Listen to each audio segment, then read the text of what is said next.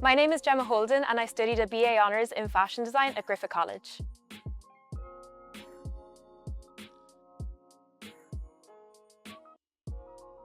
So the name of my project is Asylum of Time, and it's inspired by different forms of preservation. For my research, I took inspiration from bog bodies, mummification, fermentation and fossilization. For my collection, I wanted to use all natural fabrics, so I used 100% wool fabric, I used 100% cotton denim and 100% calico. For my statement piece, I wanted to create a dress that was inspired by mummification. For the silhouette of the dress, it doesn't have any armholes because I wanted to create an illusion of constriction in the garment.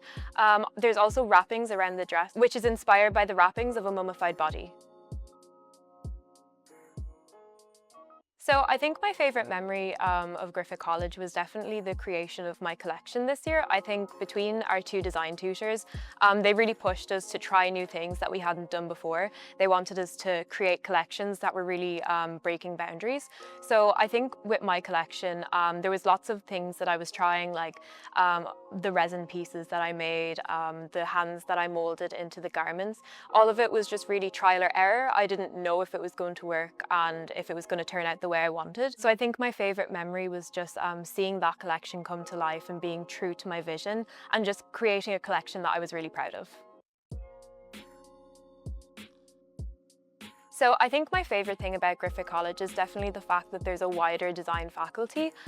We had the opportunity to work with loads of the photography students in order to create our final collections. We also had the opportunity to take some classes with the graphic design students, which gave us the opportunity to have the insight into different design principles. It was great to make so many connections, not just within the fashion industry, but outside of the industry as well.